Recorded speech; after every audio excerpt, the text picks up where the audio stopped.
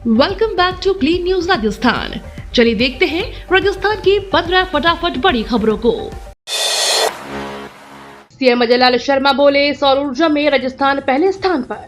प्रधानमंत्री नरेंद्र मोदी ने कल राजस्थान को 1 करोड़ 8 लाख रुपए से अधिक की विकास परियोजनाओं का तोहफा दिया। इस दौरान सीएम अजय लाल शर्मा ने प्रधानमंत्री का स्वागत किया और सभा को संबोधित करते हुए कहा कि पीएम नरेंद्र मोदी के नेतृत्व में राजस्थान तेजी से आगे बढ़ रहा है। राजस्थान और ऊर्जा में देश में पहले स्थान पर पहुंच चुका है। हमारी सरकार ने प्रदेश के सरकारी बिल्डिंग के रूफटॉप सोलर संयंत्र लगाए जा रहे हैं।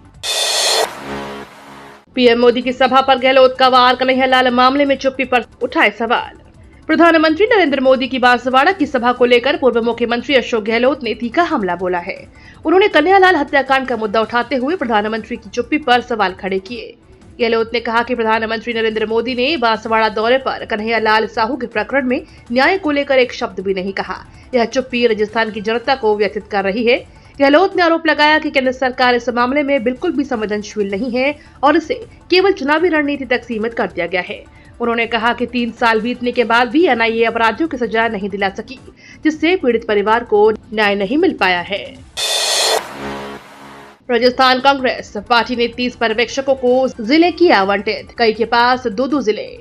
संगठन सृजन अभियान के तहत राजस्थान के कांग्रेस जिला अध्यक्षों के चयन और रायशुमारी के लिए केंद्रीय पर्यवेक्षकों की नियुक्ति के बाद शनिवार को दिल्ली में पार्टी के राष्ट्रीय अध्यक्ष मल्लिकार्जुन खड़गे और नेता प्रतिपक्ष टीकाराम जूली की ओर से बैठक ली गई। बैठक के बाद पर्यवेक्षकों को जिले आवंटित कर दिए गए।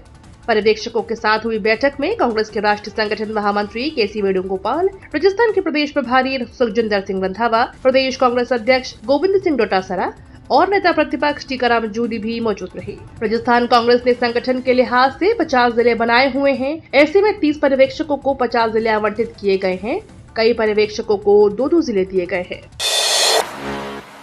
जयपुर से कोटा की दूरी होगी कम, बनास नदी पर बनेगा हाई लेवल ब्रिज, पीएम ने किया वर्चुअल शिलान्यास। बांसवाड़ा में आयोजित सभा के दौरान प्रधानमंत्री नरेंद्र मोदी ने गुरुवार को जयपुर को टोडा रायसिंह व बीसलपुर बांध सहित देवली के जोड़ने के लिए बनास नदी पर बनने वाले करोड़ों रुपए की लागत की हाई लेवल ब्रिज का वर्चुअल शिलान्यास किया। हाई लेवल ब्रिज की लागत 144 करोड़ रुपए है। पीएम मोदी ने बीसलपुर और टोंक उनियारा पेयजल परियोजना के इंटेक पंप हाउस का भी शिलान्यास किया। बीसलपुर बांध के निकट बनास नदी में हाई लेवल ब्रिज बनने के बाद पर्यटकों को काफी फायदा होने के साथ ही जयपुर से कोटा की दूरी भी कम होगी। वहीं जयपुर से डिग्गी, मालपुरा, टोडासराय, बीसलपुर बांध, देवली, कोटा, बूंदी और हिंडोली आपस में जुड़ेंगे। किरोड़ी बोले, किसानों को उत्तम खाद, बीज और फर्टिलाइजर मिले, इसलिए कर रहे औचक निरीक्षण। कृषि मंत्री डॉक्टर किरोड़ी लाल मीणा का कहना है कि किसानों को उत्तम खाद, बीज और फर्टिलाइजर मिले और टैगिंग नहीं हो, इसके लिए वे लगातार औचक निरीक्षण कर रहे हैं। उन्होंने कहा कि प्रदेश में कुछ पुरानी बिगड़ी हुई व्यवस्था है, जिसे सुधारने में थोड़ा समय लगेगा, लेकिन कृषि विभाग प्रदेश भर में सक्रिय है। किरोड़ी ने यह बात गुरुवार को शहर के प्रताप ऑडिटोरियम में मुख्यमंत्री रोजगार उत्सव के जिला स्तरीय कार्यक्रम में शामिल होने के बाद पत्रकारों से कही। किरोड़ी लाल मीणा ने कहा कि मुख्यमंत्री रोजगार उत्सव के तहत राज्य भर में 15,000 से अधिक युवाओं को रोजगार दिए गए हैं। इसमें केवल अलवर से 750 से ज्यादा लोगों को नियुक्ति पत्र सौंपे गए हैं। देश की 2 टूरिस्ट सिटी उदयपुर व चंडीगढ़ रेल से जुड़ी, पीएम मोदी ने दिखाई हरी झंडी। देश के प्रधानमंत्री नरेंद्र मोदी ने कल वागड़ की धरती बांसवाड़ा से राजस्थान को नई सौगात दी है। झीलों की नगरी उदयपुर से चंडीगढ़ के लिए नई रेल सेवा भी शुरू की गई है। प्रधानमंत्री मोदी ने वीडियो कॉन्फ्रेंसिंग के जरिए हरी झंडी दिखाकर इस नई रेल को रवाना किया। इस रेल के शुरू होने से उदयपुर से चंडीगढ़ जाने वाले लोगों को राहत मिलेगी, जिसे लंबे समय से मांग की जा रही थी। रेलवे स्टेशन पर यात्रियों ने कहा कि इस ट्रेन के शुरू होने से उन्हें काफी राहत मिली है। अब उनका सफर काफी आसान हो जाएगा। पीएम मोदी के आरोपों पर डोटासरा का पलटवार, कहा राजस्थान को नहीं मिला विशेष पैकेज। प्रधानमंत्री नरेंद्र मोदी ने बांसवाड़ा में हुई सभा में कांग्रेस पर जमकर हमला बोला और कई आरोप लगाए। वहीं अब इन आरोपों पर प्रदेश कांग्रेस अध्यक्ष गोविंद सिंह डोटासरा ने पलटवार किया है। डोटासरा ने कहा कि प्रधानमंत्री ने राजस्थान के लिए एक भी विशेष पैकेज की घोषणा नहीं की, केवल अपने पूरे भाषण में कांग्रेस को कोसते रहे। डोटासरा ने गुरुवार शाम को जारी बयान में कहा कि अतिवृष्टि से प्रभावित किसानों और 200 से अधिक लोगों की मौत के बावजूद प्रधानमंत्री ने सहायता के लिए कोई घोषणा नहीं की। उन्होंने कहा कि जिस जीएसटी के गलत क्रियान्वयन से जनता को लूटा गया, उसी पर अब प्रधानमंत्री अपनी पीठ थपथपा रहे हैं। बीकानेर में 1 से 5 अक्टूबर तक कबीर यात्रा सूफी रंगों में डूबेगी, मरुधरा। गुरु गोविंदो खड़े काके लागू पाए, बलिहारी गुरु आपने गोविंद दियो बताए। सरीखी सूफियाना वाणी एक बार फिर बीकानेर में गूंजेगी। देश और विदेश के ख्यातनाम कलाकार इस संगम में शामिल होंगे। यह अवसर होगा राजस्थान कबीर यात्रा का। मलंग फोक फाउंडेशन द्वारा जिला प्रशासन, बीकानेर विकास प्राधिकरण और नगर निगम के संयुक्त तत्वाधान में इस बार कबीर यात्रा 1 अक्टूबर को शुरू होगी। यात्रा के तहत 5 अक्टूबर तक आसपास के ग्रामीण क्षेत्रों में कबीर भजन और सूफी कार्यक्रमों का आयोजन किया जाएगा। इसमें देश के ख्यातनाम वाणी गायक अपनी प्रस्तुतियां देंगे। मनरेगा से जल संरक्षण को बढ़ावा, 35,000 करोड़ की परियोजनाएं होंगी शुरू।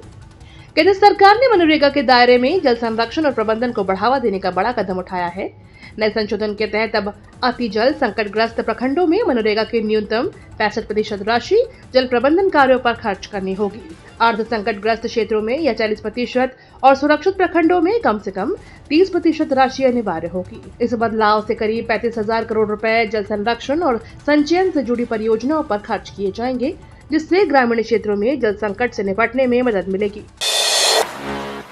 धौलपुर में एआई का डरावना इस्तेमाल, 2 नाबालिगों ने शिक्षिका की फर्जी फोटो वायरल कर मांग डाली 3 लाख रुपए। जिले में एक गंभीर साइबर अपराध का खुलासा हुआ है, जिसमें 2 नाबालिग किशोरों को गिरफ्तार किया गया है। आरोप है कि उन्होंने एआई ऐप की मदद से एक सरकारी शिक्षिका की फर्जी अश्लील फोटो तैयार की और उसे सोशल मीडिया पर वायरल कर दिया। जानकारी के अनुसार किशोरों ने फोटो डिलीट करने के एवज में पीड़िता से 3 लाख रुपए की मांग की थी।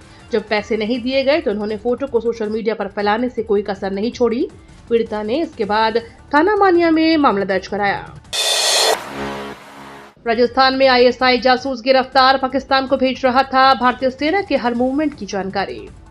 राजस्थान की सीआईडी इंटेलिजेंस ने एक बड़ी कार्यवाही में जैसलमेर के एक जासूस हनीफ खान को गिरफ्तार किया है। भारतीय सेना से जुड़ी गोपनीय सूचनाएं हनीफ खान पाकिस्तानी खुफिया एजेंसी आईएसआई को भेज रहा था। महानिरीक्षक पुलिस सीआईडी डॉक्टर विष्णुकांत ने बताया कि सीआईडी इंटेलिजेंस की टीम राज्य में जासूसी गतिविधियों पर लगातार नजर रख रही है। इसी दौरान उन्हें मोहनगढ़ निवासी हनीफ खान पुत्र मीर खान की गतिविधियों पर शक हुआ। जांच में सामने आया कि वह सोशल मीडिया के जरिए लगातार पाकिस्तानी खुफिया एजेंसी के संपर्क में था। अलविदा मॉनसून, पश्चिमी राजस्थान में बारिश थमी। पूर्वी हिस्सों के इन जिलों में 24 घंटे बाद दिखेगा असर। राजस्थान में मौसम का मिजाज अलग ही तरह से बना हुआ है। कुछ जिलों में मानसून की विदाई हो चुकी है तो कुछ जिलों में अभी भी हल्की बूंदाबांदी हो रही है। मौसम विशेषज्ञों के अनुसार आज राजस्थान के अधिकांश जिलों में मौसम ड्राई रहेगा और अधिकांश शहरों में तेज धूप और गर्मी रहने की संभावना है। इसमें 24 घंटों की बात करें तो पूर्वी राजस्थान में कहीं कहीं हल्की बारिश दर्ज की गई है। पश्चिमी राजस्थान में मौसम शुष्क रहा। जयपुर मौसम विज्ञान केंद्र के अनुसार राजस्थान में सर्वाधिक बारिश उदयपुर के गिरवा में 20 मिलीमीटर दर्ज की गई। वहीं सबसे अधिक तापमान श्रीगंगानगर में 39 डिग्री और सिरोही में न्यूनतम तापमान 18 डिग्री सेल्सियस दर्ज हुआ है।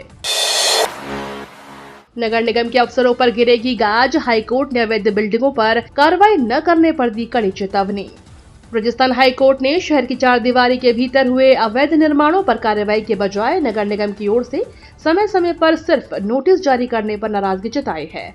इसके साथ ही अदालत ने कहा कि जिन भवन मालिकों को अवैध निर्माण के नोटिस जारी हुए हैं उन बिल्डिंगों को स्थायी रूप से सील कर 2 माह में ध्वस्त करने की कार्रवाई पूरी की जाए। अदालत ने निगम आयुक्त को कहा कि संबंधित उपायुक्त और जिन अधिकारियों ने नोटिस जारी करने के बाद भी कार्रवाई नहीं की उनके खिलाफ विभागीय कार्रवाई की जाए। अदालत ने कहा कि यदि इन अफसरों को तबादला भी हो चुका है तो डीएलबी सचिव आदेश की पालना सुनिश्चित करे। जस्टिस संजीव प्रकाश शर्मा और जस्टिस संजीत पुरोहित की खंडपीठ ने यह आदेश जितेंद्र कुमार साधवानी की जनहित याचिका पर सुनवाई करते हुए दिए। राजस्थान सरकार का बड़ा ऐलान, अब 108 एम्बुलेंस कर्मचारी नहीं कर पाएंगे हड़ताल। राजस्थान की राजधानी जयपुर से बहुत बड़ी खबर सामने आ रही है, जिसके बाद से प्रदेश में अब 108 आपातकालीन एम्बुलेंस कर्मचारी हड़ताल नहीं कर सकेंगे। गृह विभाग ने आपातकालीन सेवाओं पर रेस्मा लगाया है। सरकार का यह फैसला आपातकालीन सेवाओं को बाधित होने से रोकने के लिए एक बड़ा कदम बताया जा रहा है।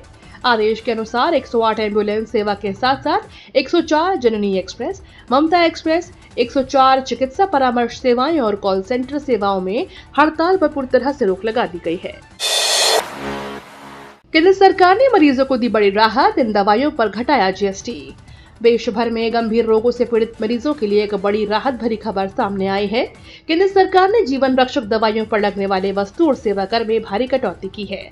अब ये आवश्यक दवाइयां केवल 5% GST दर पर उपलब्ध होंगी, जबकि पहले इन पर 12 से 18% तक GST लगाया जा रहा था। इस निर्णय से करोड़ों मरीजों को आर्थिक राहत मिलने की उम्मीद है।